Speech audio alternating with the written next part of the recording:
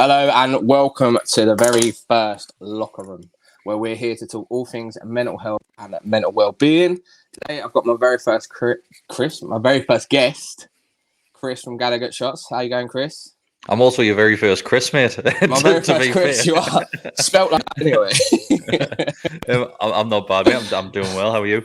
I'm good, man. Obviously, the nerves are getting better on me, but talking to a celebrity is getting me. That's the first time I've been called a celebrity, mate. I'll tell you that. I've seen your selfies on Twitter. People chasing what was that, sorry? I said I've seen people chasing you for selfies. There's been a couple, mate. There's been a couple which is quite awkward. I'll tell you that. King of Newcastle YouTube, man. Come on, just take the crown. Just needs to adjust it slightly. I'll take it, mate. I'll take it. If somebody wants us to send us a crown, I'll happily wear it. Oh, it's in the post. I'm doing it. I'm putting it in the post, and you got to wear it in the next stream. Mate, I'll promise. I'll promise. If somebody sends me a crown, I've got a Gucci headband over there somewhere. I'll wear that as well if you want. Do you know what? I think didn't we bring that last time? I'm sure we had it in St James's Park, didn't we? We did. We had it in St James's Park when we done the last podcast. Yeah. I've got a bag full of absolute Newcastle United goodies in there, which there's some random things in that bag. But yeah, Gucci headband is one of them. Smash it. I think I've still got. Do you remember when Keegan come back and they released the black and white crowns? They said King Kev's back. I think I've still got one of them. So I'll find it. It's yours. I'll send it over. Thanks, mate. That's all right, man. I know it'll look well on that table. Right, anyway, the serious stuff. We are here to talk about mental health and the impact it has on the modern day society and ourselves. Did you want to lead on and start us off with your story and where you've been? Yeah, I don't mind, mate. I think over the last 2-3 years, I would say I've probably been a lot more open with my journey, as I like to call it. I think it had been bubbling under the surface for a lot longer than that period. It's only been recently where I'm happy to speak out about it and publicly put things on the likes of social media, even if that is just there to help other people. And even if it's just one person that it helps, then by me doing that, and if it does get that desired effect, then great. I'll continue to do it. I think mine started when I had my first son. He wasn't well when he was first born, and we were living in the RVI for 3.5 months, mate. Spent a little bit of time in Leeds as well. In Leeds, teaching hospital it was. We're there for a few weeks, just waiting for a hospital bed to come back available at the RVI so we could get transferred back. So we spent a lot of time down there when my son Nolan's liver was failing. So I think it started then because it's a difficult time for any family when you have a newborn, and that's a healthy newborn. And I think the struggles which we went through, where it was at the point where doctors didn't know what was wrong with Nolan when he was first born. Those doctors from all around the world getting his stats and things like that, and nobody could come up with an answer why he was struggling. And I'm saying struggling. We were told a couple of times that it was touch and go with Nolan, but he made it through. He's fine and healthy now. But I think back then, I took it upon myself to be the strong one. Obviously, Nolan's mum was just had a baby, so her hormones are all over the place anyway. So living in hospital with an ill child isn't the greatest scenario to be in.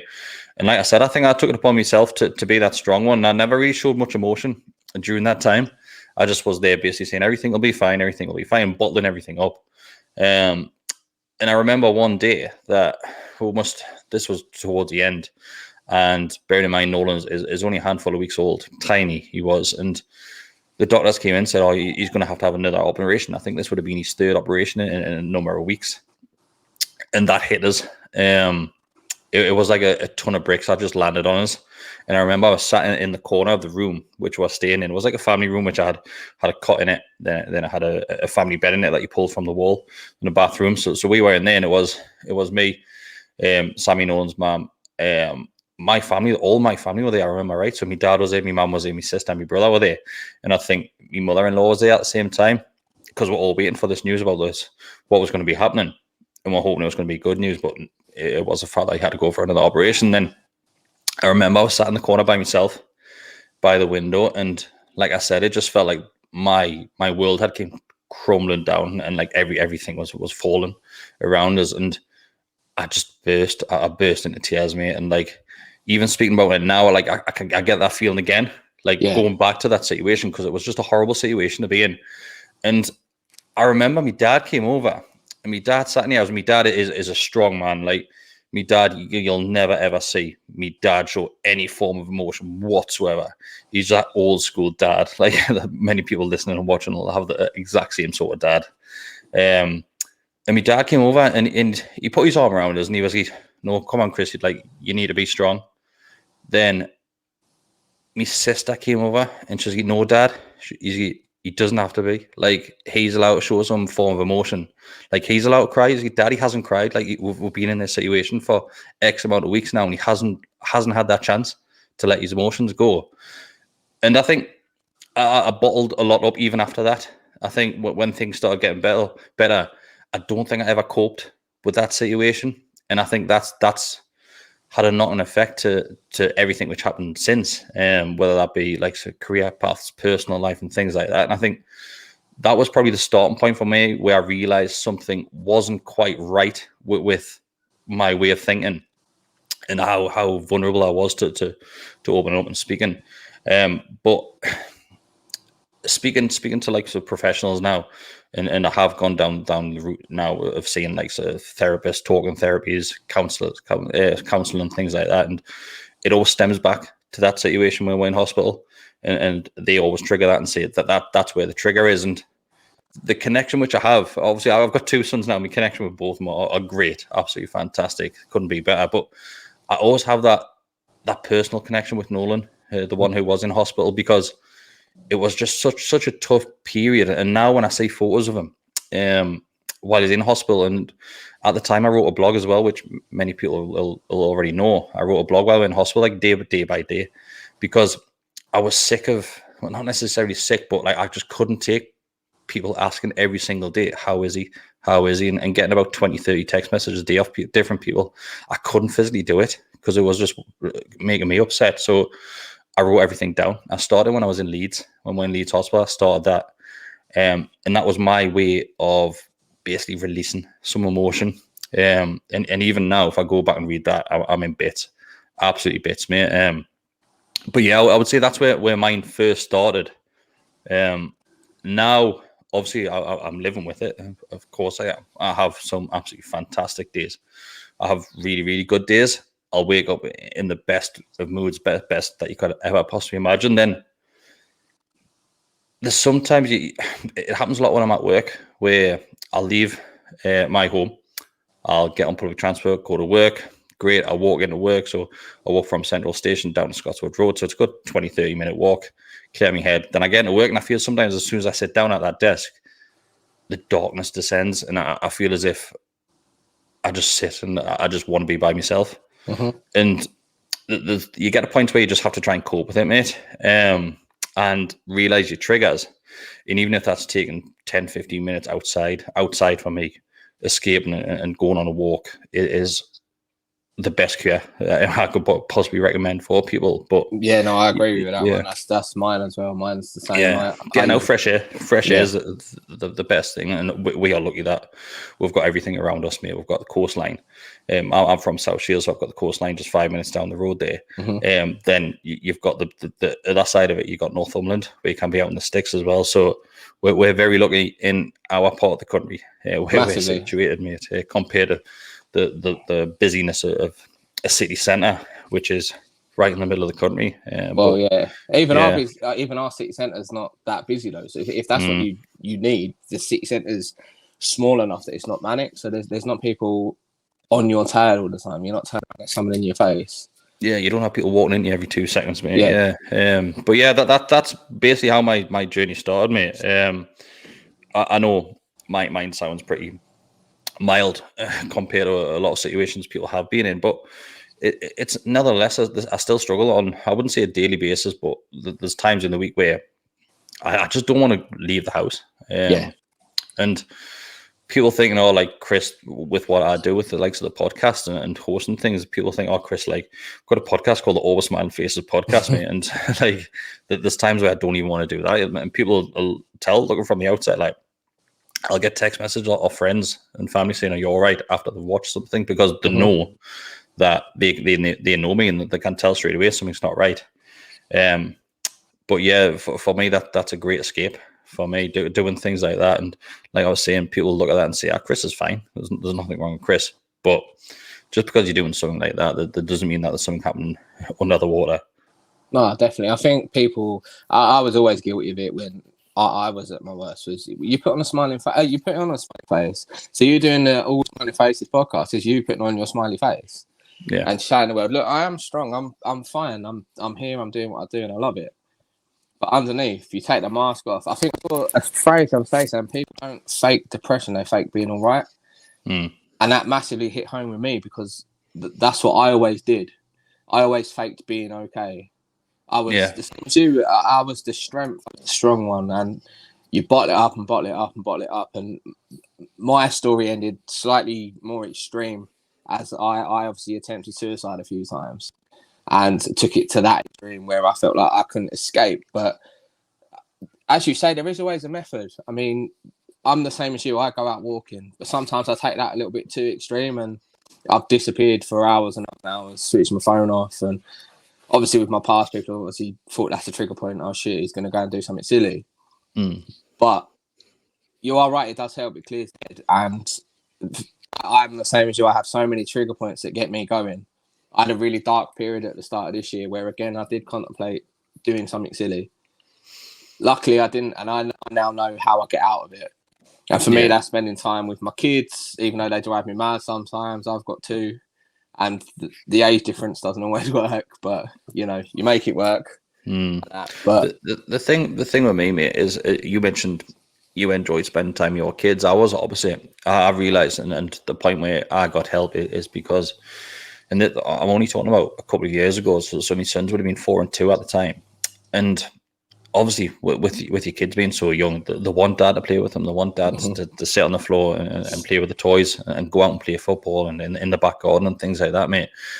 And I was at the point where I was doing that, but I wasn't getting any enjoyment out of it. And it sounds really harsh to say, but I can remember at points where I would be doing those things I wanted to do, but I wasn't there in person. I was doing them, but it was as if I wasn't there, and it was an out of body experience. And I get what you mean with that. No dad or no parent should not enjoy spending time with the children, mate. And that even now, that kills me to see that. And now, mate, any chance I get, I'm there with my kids. I love seeing those boys. And I think the advice which I would have is I got so wrapped up in social media massively, and I'll easily admit that, because I did with everything which is happening, obviously with what I do in my personal time as a hobby and everything which we're doing with YouTube and social media and things. Is I had to spend a lot of time on the likes of those things to push our brand, as you would call it. And it was times where I was neglecting my kids by doing that, where the kids would see the back of my phone rather than me. And at the point where I'm telling my kids that they're spending too much time on their tablets and things like that, and at the point where they're going, well, they're at the point where they're going, well, Dad, you're on your phone. I was the same. Yeah, or if you're having a conversation with your kids and like, I'm sat there with my phone in my hand, my phone beeps. So the first thing you do when your phone beeps or vibrates, you go straight for it. You do. Everyone's probably the same. They go straight for it. And at the point where it's mid-conversation with my kids, it's mid-conversation, and they go, Dad, put your phone down. I get, like, and when they say that, when your kids say, put your phone down, you think, oh shit, like, I shouldn't have picked it up. No, I was at a point though where they'd say that, and that was a red trigger point for me, because I was the same as you. I called it the empty box, and I'm not there, so my body's there, but I'm in cyberspace, or I'm in cuckoo land, just thinking about whatever I want to think about. And I was the same. I wouldn't even play with them half the time. I got Dad would play, and I'd be like, no, I just don't know. And I'm sitting on my phone, like looking at other people's lives, going, oh, look at them on holiday. Or look at them doing this. And that's one of the worst things. If you're struggling anyway, mate, I think if you are struggling with your mental health and struggling to have a good mental health, checking social media is probably the worst thing which you can do. Facebook and Instagram being the two most severe ones for it. I got rid of Facebook around about 8 months ago. I'm still there. I haven't deleted my account, but I deleted the apps off my phone. Yeah. I've never been tempted once to look at it, mate. Not It's a dangerous once. world. It's a dangerous world because you look at other people being happy and you think that's how I should be. But in reality, it's all fake anyway. Or not necessarily fake, but it's not what they're painting it to be. It's I've done it exaggerated, mate. myself. Yeah, I've done it myself where you get a lovely picture on a family day out, but in reality, you're having a really bad time. Yeah. Because I fully agree with me. Like, whether it be comparing likes of your personal appearance, family life, holidays, careers, cars, things like that, that's why I tend not to look on Instagram and Facebook anymore, and I solely look at Twitter, because you don't get much of it on Twitter. No. To be honest with you, it's a lot less personal, isn't it? Twitter. Yeah, it's a lot less. It takes a lot. I mean, I don't often share pictures of my kids on Twitter, whereas I'll share them all the time on Instagram and Facebook. Because I think Twitter is a world where it's more private. People don't need to see all that. I'm me, and I'm trying to spread good messages and that, but then I don't need to put my kids into that as well, because there's so much trolling and there's so many people that hide behind the keyboard, especially on Twitter. That it's just that they don't need to be part of. But I'll happily that's share a problem. everything on Facebook and Instagram. That is the problem with the likes of Twitter. Twitter it's a flip of a coin a lot of the time. I love Twitter. I really do. Obviously, because the amount of interaction that I get on Twitter and support which you get on Twitter from the people who I follow is great. It is. But then the other side of the coin is that it can be a very, very toxic and horrible place to be as well, because there's been times where I've woke up in the morning and there's we mentioned this on the last recording that we did at St. James's Park for the mental health campaign. There is that I could wake up after a stream that we've done and there could be 50 decent messages. Then there could be one bad one. There's somebody last week called us a pisshead at one point, which I'm not. I'm far from it. Just when I do the recording, all of us have a couple of cans while we're doing it, because it's like catching up with your mates. You haven't been able to see your mates for the last year. It's a social so that's thing, all it is. it? And somebody woke up and said Chris was something like a fame hungry pisshead or something, and that hit us. It really did. It really affected us for the rest of the day. And people were saying, "Oh, you're all right. You're all right," knowing that I had received those messages. And I was like, "Yeah, I'm fine. Like I've just like water off a duck's back that," but it's not. It's really not. Like I'm saying, and it just takes one. Doesn't it? It takes one message. Yeah. I mean, going back to us doing the recording at St. James Park for Be a Game Changer campaign, I remember you text me, someone's put thumbs down, and that pissed me off for the day. That pissed me off because I'm thinking we're there. We're sitting there. Me and you particularly shared our stories that day. Put it out for the world to see, and someone put a thumb down, going, "Why are you talking about this?" Well, because this is a massive, massive taboo subject that no one wants to talk about, and we've grown the balls to get up and go to people. Look, I'm going to share my story in the hope to trigger someone to share theirs. And the fact that someone automatically put a thumbs down, I was like, "Well, what's the point?" I think that's a big concern. Well, it used to be for us when people were like disliking videos and stuff like that. But then it's petty, mate. That's all it is now. I've learned to just ignore those sort of things. But it is the comments which hit home with me, especially when you're doing a live stream. The comments are coming in. If there's one bad one there, that knocks me off for the next 5-10 minutes. It really does. I'll go quiet, and you can tell. And I'm hoping the rest of the lads pick it up and continue what I'm obviously I'm hosting it, so I'm there to ping everything left, right, and center between everyone. But a comment like that, it can affect us. It really can. I will go quiet. It's not nice. It's really not. And for us, I'm not like putting ourselves on any sort of pedestal or anything like that. But if somebody is brave enough to speak out and explain their situation, and like I said earlier, mine isn't severe, nowhere near as bad as what some people could be struggling with, but to me it really impacts me and my day-to-day life. And like I said at the very start, if by people like ourselves, especially men in particular, if by us putting anything out there to help other people, just one person, then we've done our job. We really have done, mate. And those are points in the first lockdown where I was regularly putting videos out on my personal Twitter account. There was one which I'd done on a nighttime explaining like how well I was doing and saying that I had like a fantastic night and I was in a really good place. The next morning I had hit rock bottom. I woke up just in a foul mood, and I put another video out. And I remember I was on my way to work, and I was in a park on South Shield Seafront called Marine Park, and I was walking through there. And as I was recording the video, like I could feel myself going. I really could, and like I was at the point where I had to stop the video towards the end because I was on the verge of tears. I really was just explaining, and the video is still there. People can see it, and I'm saying on that video, speak to somebody, speak out, and I'm guilty of it. Like when I'm feeling like that, like I don't go and see family. I don't speak to friends. I lock myself away, and I shouldn't do that. But that. Putting that on social media is my way of reaching out and my way of letting people know how I am, because I struggle, like many other people would do, to have a face-to-face conversation with a family member. If it's a loved one, I go to bits. I absolutely crumble.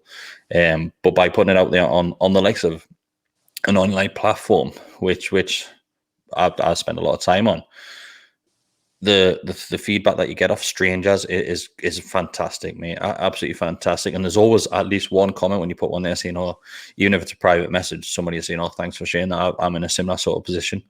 And it takes your breath away sometimes to think by you doing something like that, it has helped at least one more person. Massively. I'm the same as you. I've always struggled to talk to family. I find that the minute I start talking to family, I start crying immediately. Yeah, I'm seeing. It can be one word, and I'm in pieces. But the minute I'm talking to a stranger, I can just say it's not actually happening to me, and I just find it easier to have that discussion.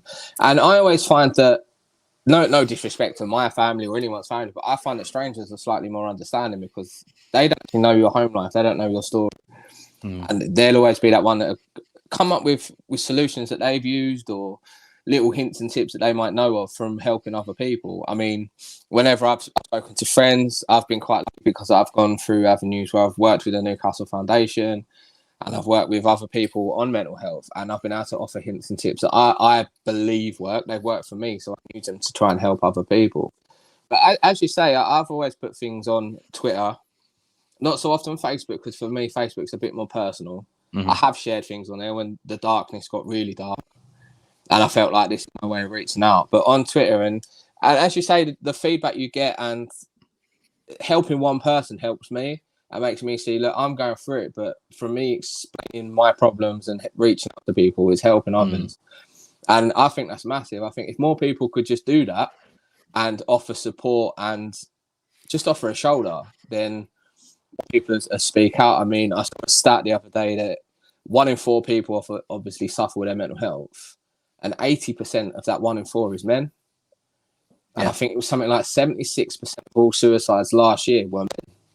Yeah, it goes right back to what I was saying at the start, mate. As the dad in the family, and I took it upon myself and felt as if I had to be that strong person. And you could probably say that probably about 99% of men and our generation, even more so the older generation, like I mentioned my dad, is that they feel as if they have to be that character in the family, they have to be the rock of the family, and you don't. You're allowed to get upset. You're allowed to get emotional. I still do it this day.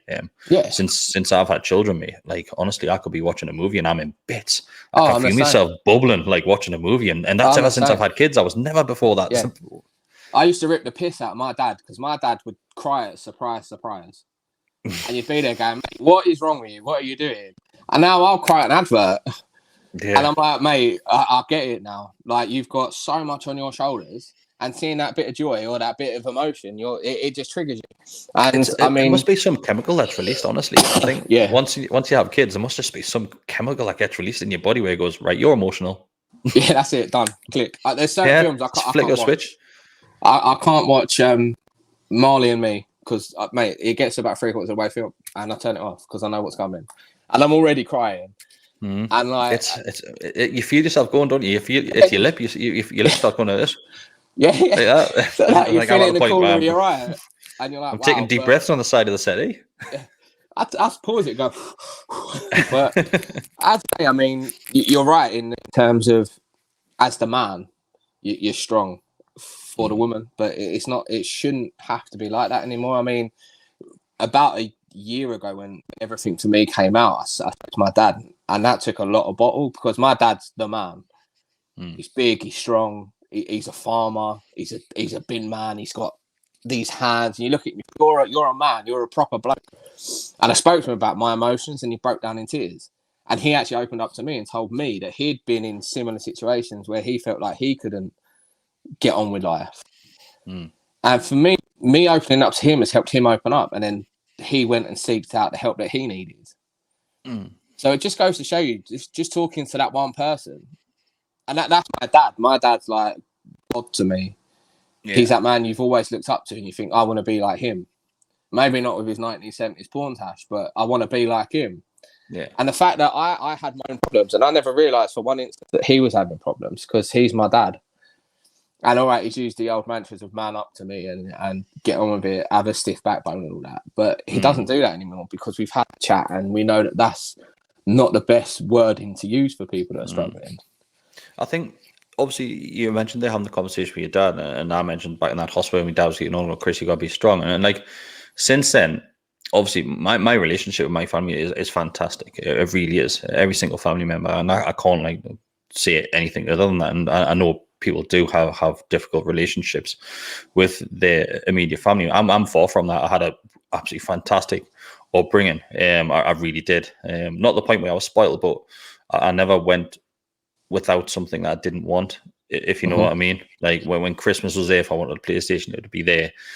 Same for birthdays and stuff like that. And people would probably say that's spoiled, but I was never given things like on a daily basis, or this and that. Like obviously it was occasions and things like that any family member does for the kids if they can afford it.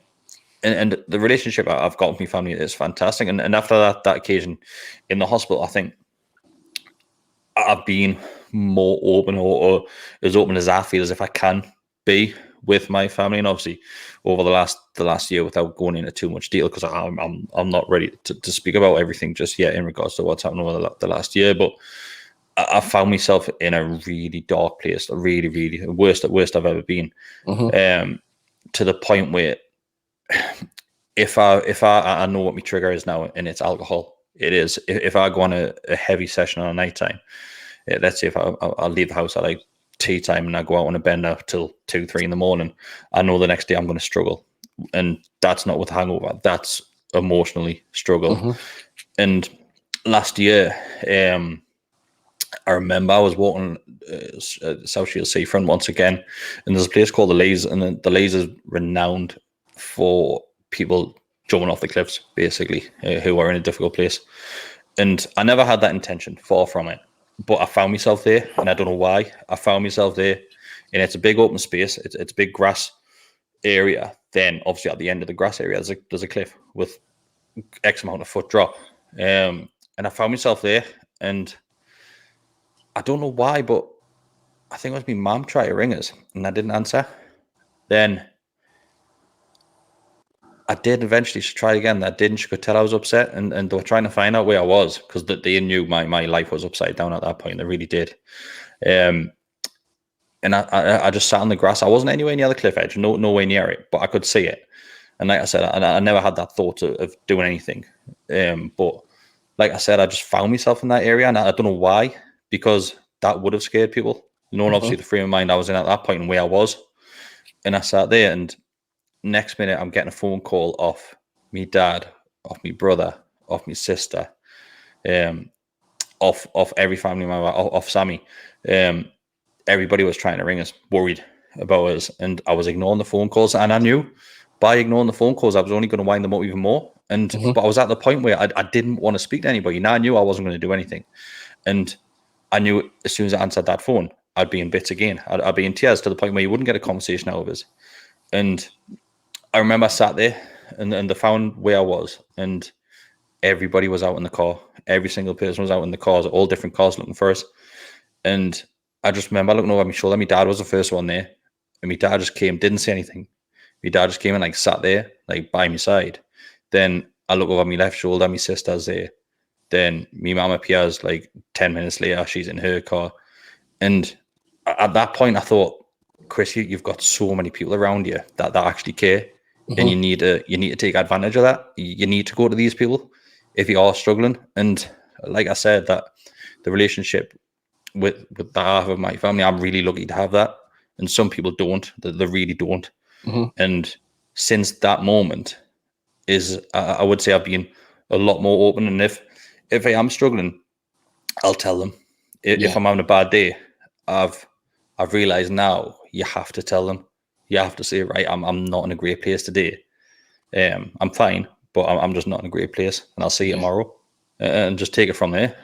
It just takes such massive amounts of strength in itself as well, though, because you being able to do that just shows how far you've come and the strength you've built, and realizing that you've got that support network. Because I think our stories in whole are quite similar. Like this year for me has been really dark, and it really did push me backwards. And as I say, around Christmas time, it was Christmas where I wasn't in the house with the kids. I spent Christmas with the kids eventually, but in my mind, I wasn't going to. In my mind, I'd convinced myself that that was it. It's game over. I'm never going to be again. But I took myself to that dark place again where I knew I had the support network, and I've got such good friends, such good family that I always know I can talk to. But in that moment, I didn't want anything to do with them. I switched my phone off, which is one of the most stupid things I could have ever done. Yeah. And I went for a 12-hour walk and just disappeared off the place of Earth. And then the next thing I know, I got a policeman pulling up next to me going, "Josh, get in the car." And that just shocked me into triggering myself and sort of going, "Oh, what have I done?" Like, and now I've sort of, after that point, I sort of saw a doctor, and I went back onto medication and started talking to people again. I mean, I've got my family's brilliant. I can always talk to them. My dad, my mum, my sisters, my brothers, fantastic. But I've also built up a network where I've got friends up here and in London where I can just ring them at any point in the day and talk to them. And I've got a really good friend at the foundation called Tom, and he was on the phone to me immediately, like asking how I was, what triggered it, do I need help, does he want to come over, and that point. So I think the most important thing in any mental health story is finding the strength to be able to open up and talk. And sorry. You're back. Yeah, work really. I've said quite a few times through my story, it's finding the strength to open up and talk to people. And I can't advise that any more than it's human. But just, I think you probably found it yourself, is once you start talking to people and expressing your story, it's amazing how many people have similar stories. I think one of the bits of advice which I would say to people, not people that are suffering with mental health, but people that know somebody that is obviously check in on them. Okay. But ask them if they're okay. Of course, do that. Just if somebody was coming to me saying, "Chris, like, how are you doing?" You'll know straight away that I'm not in a great place that day. But if I say, "Oh, I'm okay," like, just let that go. Just let that person be in that place because they need to be. If you keep on coming over to it, I know with myself, and it might sound harsh on the people that are only asking if I'm okay. If I say I'm okay, just let me get on with that, and don't keep on coming over every 5 minutes and say, "Are you sure you're okay? Are you sure you're okay?" I know people only mean and want the best and just want to be there, but when I'm in that place now, I'm sure a lot of other people feel the same. I need to be left alone. I really do. I need to just have my own space to snap out of it and get myself in that right frame of mind and thinking again. And by somebody and numerous people coming at different points of the day saying, "Are you sure you're okay?" Like, I'm not okay. I'm definitely not. But I'm going to get myself out of it, and I know how to get myself out of it. And it by people asking over and over and over again, it really hits us and knocks us even further back. I'm not sure if you're the same. Yeah, absolutely. I saw this thing, I've been using it a lot lately, is power of asking twice. So, you've got that nonchalant, "Are you all right, mate?" And they'll go, yeah, I'm fine, yeah. But then ask once more. Go, "Are you sure you're all right?" And then leave it at that. Don't go any further than that. I've always seen the power of ask twice. Is they're either going to talk to you then, or if they don't, especially with me, if I say to you the second time, "Yeah, I'm fine," just leave me. Because I know where I'm at and I'm the headspace I'm in and what I need to do to get myself out of that. And if I do open up and talk to you, that's because I want to and I've chosen to at that point. Yeah. And that, but I like that thought of asked. I think it was the Roman Kemp documentary, which was fantastic, by the way. And if anyone hasn't seen it, watch it because it was brilliant. It really does portray how people outside of you deal with suicide. Yeah. I think in my journey, I had never thought of the outside people. I just thought of myself in a very selfish manner. I've got kids, I've got family, I've got a missus. I never thought about them. I just thought about me. If you get a chance, I mean, if you haven't watched it, watch it, because it's such a good portrayal, and he's done such a fantastic job of showing people the what's and when of what happens after. It's just brilliant. And he used the it needs to be twice. spoken about, mate. It needs to be spoken about a lot more. And I think, especially this year, you have seen it. You have seen it being publicized a lot more, because the situation that everybody is in right now, it's a really hard situation to be in anyway, at the best of times. And if you're in a great mind space, even you'll be struggling. Of course you will, because it's not ideal. But we're all locked up here. So think about those people that struggle in normal life situations. Exactly. People working from home, especially a single person working from home, their mind must be going through the roof. So broken. Those sort of things obviously were sorted on the back of Caroline Flack. When was that, last year or the year before? It was 2 years ago. Last year. Was it last year? No, it was last year, yeah. Obviously, since then, it's been pushed and pushed and pushing it. And you look at Love Island, another reality TV show, where people have committed suicide after they've been on that show because they haven't received the support in adjusting back to normal life. And obviously the shit that comes with it, and the trolls online, and the abuse that you get. Like I get abuse, and I'm nobody, absolutely nobody. So imagine what these celebrities are getting, with X amount of hundreds of thousands of followers and subscribers and Instagram. And it's completely and unnecessary. Like it's unnecessary at all, because at the end of the day, they're just a normal person. Yeah, imagine waking up in a morning and thinking, I'm going to send a horrible message to this person. Like that's not right. Like it's really not. If that's your aim of today, to hurt somebody, and you might think that your daft little message, they won't see it all. They're getting hundreds and thousands of messages a day. They'll see that, and there'll be more than you just doing it. Yeah. They'll see that, and they'll think about that for the rest of the day. Well, it's the mantra of don't be a dickhead, isn't it? Treat people how you want to be treated. I always want people to treat me with respect, honesty, and friendliness, because that's how I treat people. Whenever I've met anyone new, I've tried my best to make them feel comfortable. It's a maturity thing, mate. Obviously, everyone said some hurtful things to people in the past, and probably had slight digs. But I think it comes with age. I think as you grow up, and as you realize, or if you receive one of those messages that didn't do you any favors, I think something clicks. Something does click in your head, and thinking, why was I dickhead? Why did I do that to that person? And I know that the people that I have offended in the past, I'm talking about years and years ago here, but people that I have offended, I've apologized to them. Like I would happily go to them and say, I'm sorry, I was a dick. Like I really am. I shouldn't have done it. And it won't happen from here on in. It really won't. I'm not that sort of character to go out my way to hurt somebody. And I know how much it would affect me. So like you said, you treat others how you want to be treated. Exactly. I'd rather encourage people than bring them down. And I think that's the word we need to be in right now. It is the power to encourage rather than rip people to pieces. Because it's so much to abuse and be kind. And there's so much around being kind and checking in. But then a lot of the same people I see saying about be kind are the ones that are smashing people to bits. Like they think they won't see it, like they're abusing footballers, they're abusing celebrities. They see it, as you say, they see everything, because people are predominantly, they're nosy and they're going to check everything that comes in about them. If I was famous, I'd Google my name, I'd see what the crack was, because you're always going to have that sense of, I want to know what's going on. But it's a sense of achievement, mate. A lot of people go looking for these comments and think, somebody might have said something nice about that, and they probably have done. And there's probably hundreds of comments of people encouraging you and saying, "Oh, that was a really, really good job, well done." But then there's always some dickhead, and there'll always be a dickhead. There always will. You'll never ever change that. But if you can minimize the amount of dickheads, then it does everybody a favor. Exactly, that's it. And I think we're lucky up here because we've got things in place. I mean, we all support Newcastle United.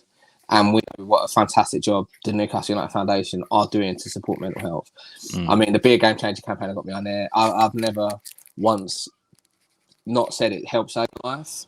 And it really did. It gave me the momentum to push through and share my story and to help others and to be there for others and to share things with the club. And I've had some amazing experiences through them, which helped boost my mental health. Yeah. And we're in an area where luckily we've got that here.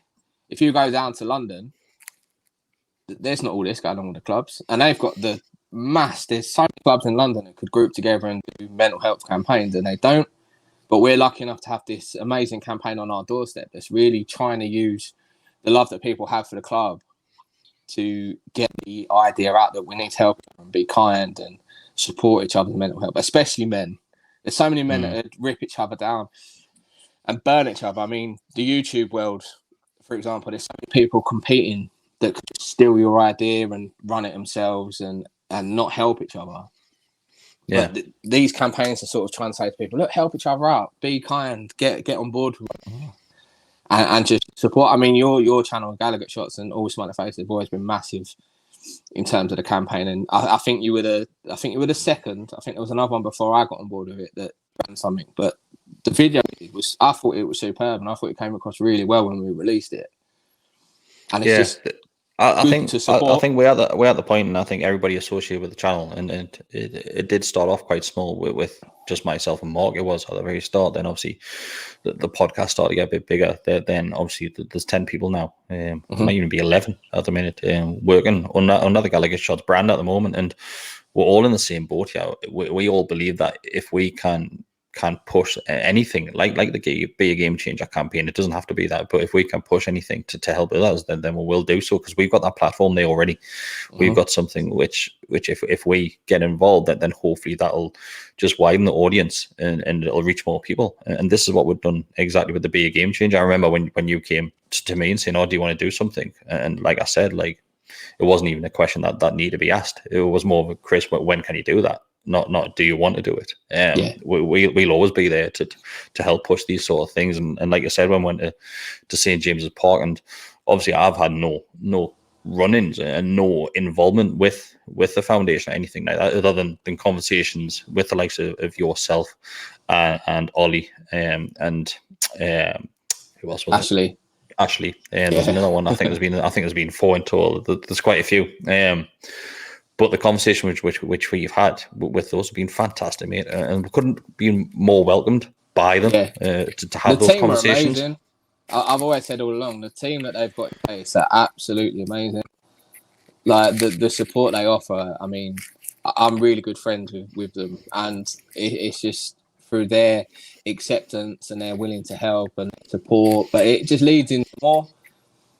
The good people, mate. The good people. At the end of the day, that's what it comes down to. The great people, and they've got the interest of everybody else at their hearts, and that's the most important thing, mate. And like I said, I've never used any of their facilities or anything like that, but I would always point people in their direction. I at work, in my work life, recently they were looking for people. Obviously, you've got your normal first aiders, but I think now a lot of big businesses are looking at bringing in mental health first aiders, where if somebody's feeling anxious, somebody's having like a panic attack, or they're just suffering during that moment on that day. There's 16 in our office now, 16 mental health first aiders, and I'm one of them.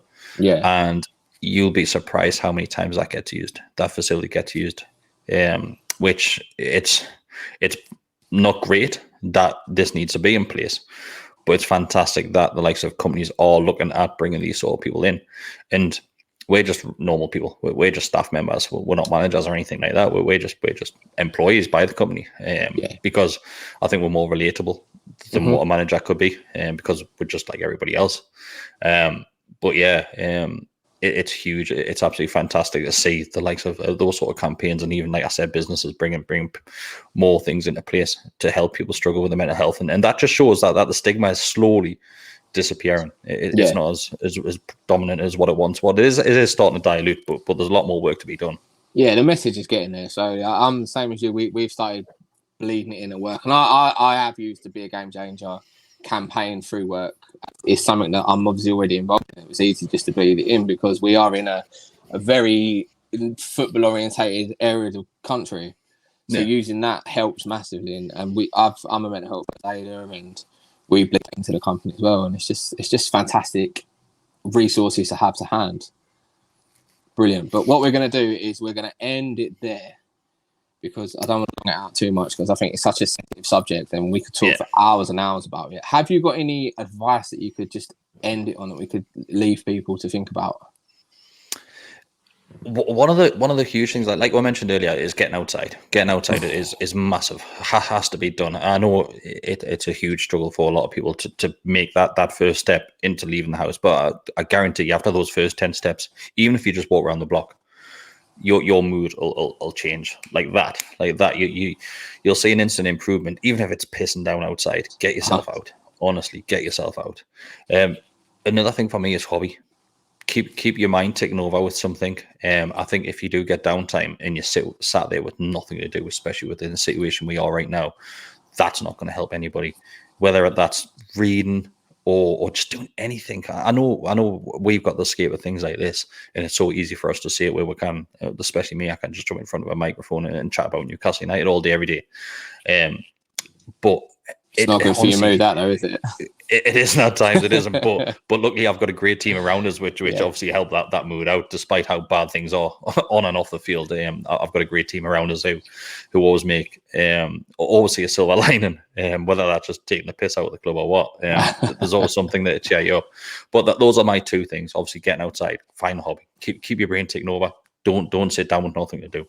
Definitely, I couldn't agree more, to be honest. And we're going to leave it there. And I'm going to say a massive thank you, Chris, for joining me today in the very first locker room. No problem. First locker room, first Chris. That's it. The only Chris. The only Chris I'll ever have on now. But that's it. Thanks for listening, everyone. Take care.